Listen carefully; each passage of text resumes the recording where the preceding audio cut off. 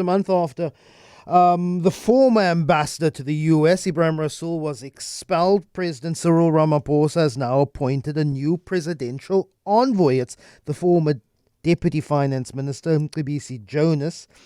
He now juggles his responsibilities as the president's envoy to Washington, and he retains his job as an independent non-executive chairman of the MTN group. There have been plenty of consideration on why he's a good appointment for the president, but also that video of 2020 while he was speaking at the Ahmed Kathrada Foundation's the Ahmed Kathrada lecture.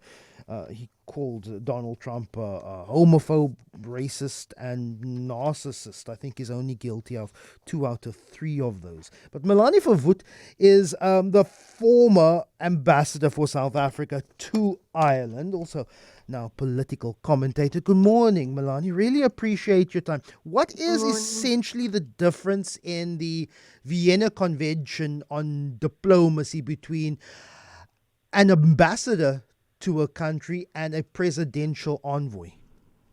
Morning, Lester. Morning to your listeners. Look, an ambassador is the official and highest representation of a country in another country. The ambassador gets officially accredited, so recognized as the representative of that country by the host country. So, whether it's America, Ireland, whatever it is, and with that goes certain privileges.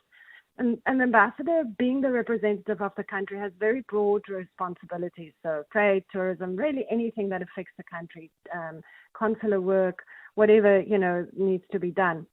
And they are usually based in that country as well, always. And it usually lasts for about 4 years in our case. Different countries have different time limits, but in our case it's 4 years. An envoy is also regarded as a diplomat, but usually represents the country, but usually they are sent by the government for a very specific purpose and also for a limited time. So it's usually temporary or short-term basis. So in this case, the president has said it's to strengthen diplomatic and trade ties, very similar to what an ambassador would do, but it's usually on a short-term basis. They don't usually live in the country. They travel to and from that country.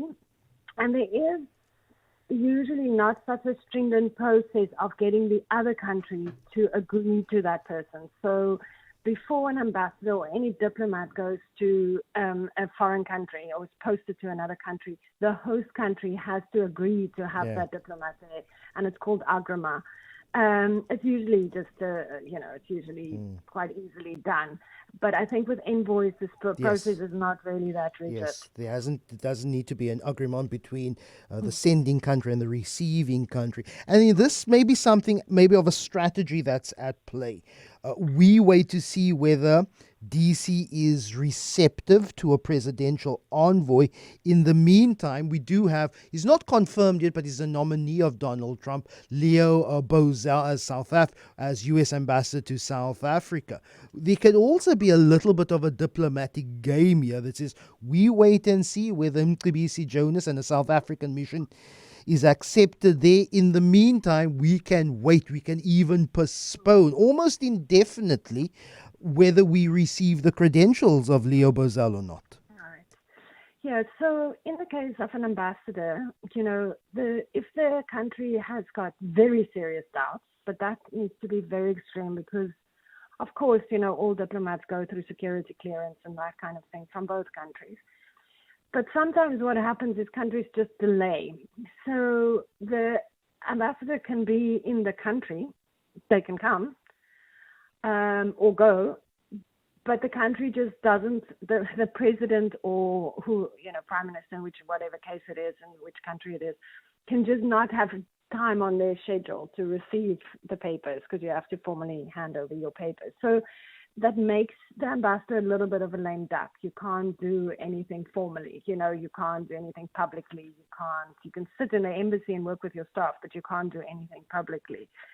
I'm not sure if this is a game, but I do think it's a clever strategy at the moment, given the sort of heat that was in the situation between South Africa and America.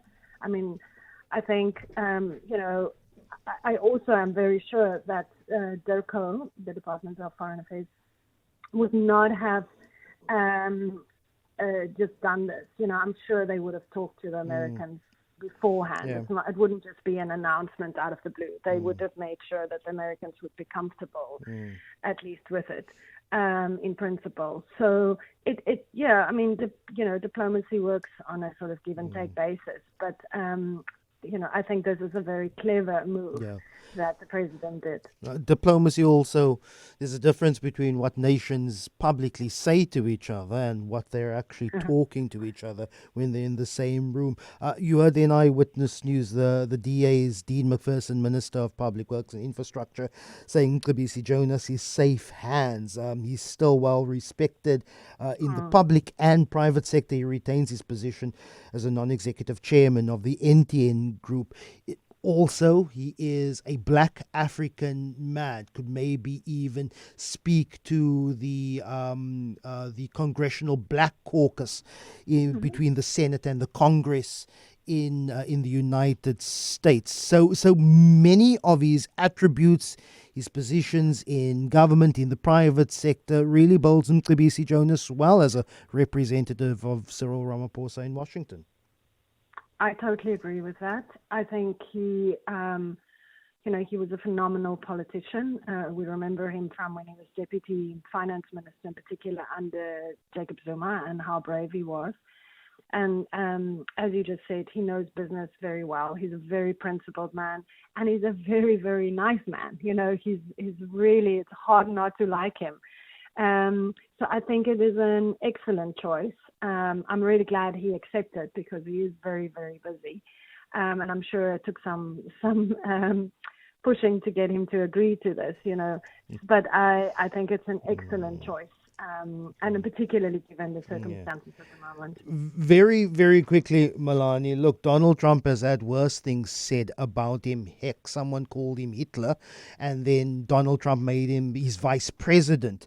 Would the comments of 2020 come back to negatively impact Mcebisi Jonas's mission to Washington? Look, it was a long time ago. It was, 5 years ago now. And I'm sure Mcebisi can handle it, if the questions are put to him, etc. So we'll have to see, we'll have to see how sensitive they are about that. And no better man to handle that kind of criticism. Melanie Verwoerd, really appreciate your time. Political commentator, former South African ambassador to Ireland.